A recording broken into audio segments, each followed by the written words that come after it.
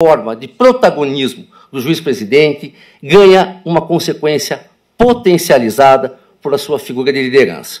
E o que é mais sensível para este advogado é que o rigor dispensado ao argumento da defesa, quando o magistrado foi buscar uma informação em outro processo, a fim de verificar o horário da liberdade do co-réu Adão, pois era disso que se tratava, desembargador Telmo, se o co-réu Adão estava solto ou preso no dia dos fatos, não foi utilizado quando o promotor de justiça faltou com a verdade ao afirmar, abro aspas, o que falam na delegacia é fundamental, porque as pessoas mudam os depoimentos, transmitindo aqui que as provas oriundas de um inquérito policial devem valer mais do que as produzidas em juízo. E uma suposta preocupação com suas excelências, conforme constou na ata de julgamento, quando o magistrado fundamentou a intervenção, também não foi levada a cabo quando o próprio promotor de justiça ofende este colegiado, afirmando que o tribunal havia lhe dado um tapa na cara da sociedade, para explicar um decote que ocorreu nas razões do recurso em sentido estrito. Por elementar que essa interrupção teve um protagonismo desnecessário para a figura do juiz-presidente, levando os jurados à desconfiança de que tudo que a defesa viria a falar iria ali adiante.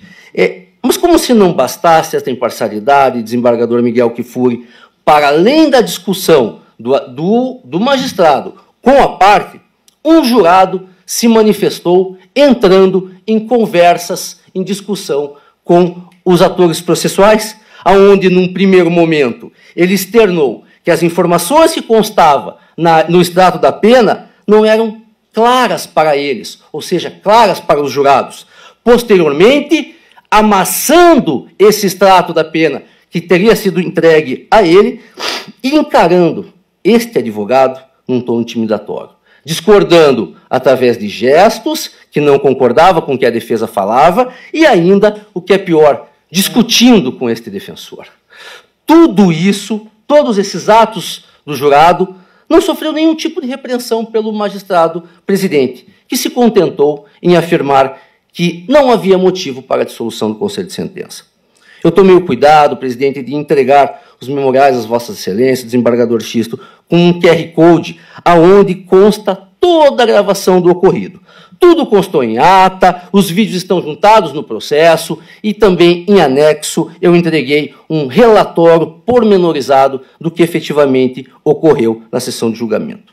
E qual é a preocupação com a lisura do julgamento, desembargador Telmo? É quanto à afronta ao artigo 466, parágrafo 1º do Código de Processo Penal, que impõe que os jurados permaneçam incomunicáveis e que dispõe de, uma vez sorteados, serão advertidos para a vedação de se comunicar-se entre si, bem como manifestar opinião sobre o processo, e aí com o intuito de não causar nenhuma espécie de indevida influência.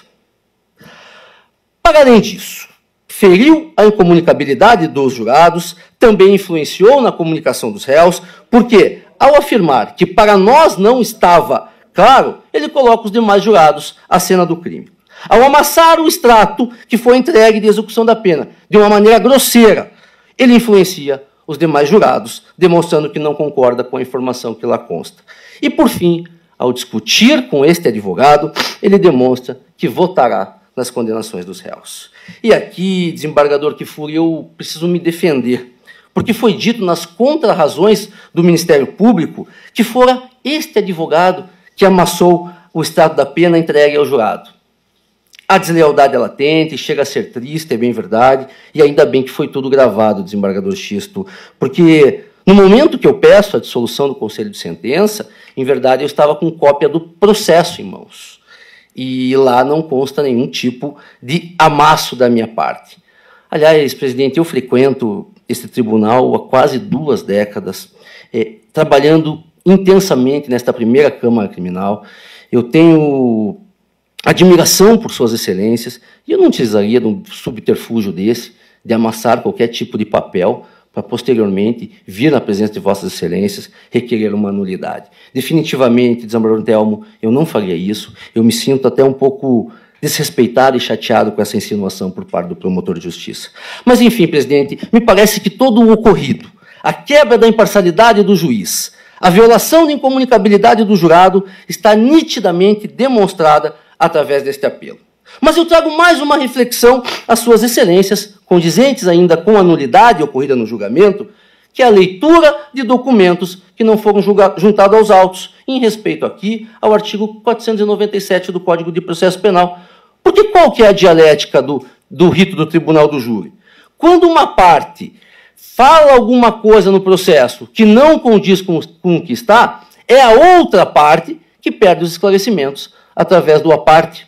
E neste caso sui generis, este à parte partiu do juiz-presidente, que a partir de uma informação de que na data em análise o co-réu estava preso, ele vai até o auto de prisão em flagrante, que não estava juntado neste processo, e passa a intervir na fala da defesa técnica, sem qualquer provocação por parte do Ministério Público. Tratou-se aqui de um documento inédito, que não era de conhecimento deste defensor, e que houve uma surpresa de informações cujo conteúdo versou, sim, sobre matéria de fato submetida a julgamento popular.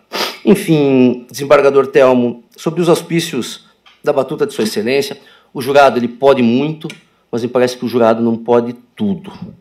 Desembargador presidente, as nulidades elas saltam aos olhos, quer as ocorridas antes do julgamento, quer as ocorridas durante o julgamento. Por essas razões é que eu peço a anulação do julgamento em respeito ao artigo 593, inciso 3, alínea A, do Código de Processo Penal, para que outro júri, infelizmente, seja realizado. Esse é o requerimento, presidente, e eu devolvo a palavra. Muito obrigado, doutor Luiz Gustavo, pela sua fala. Então, agora eu passo a palavra ao doutor Jefferson. Da mesma forma, doutor Jefferson. Senhor presidente, antes de... Pois não. Senhor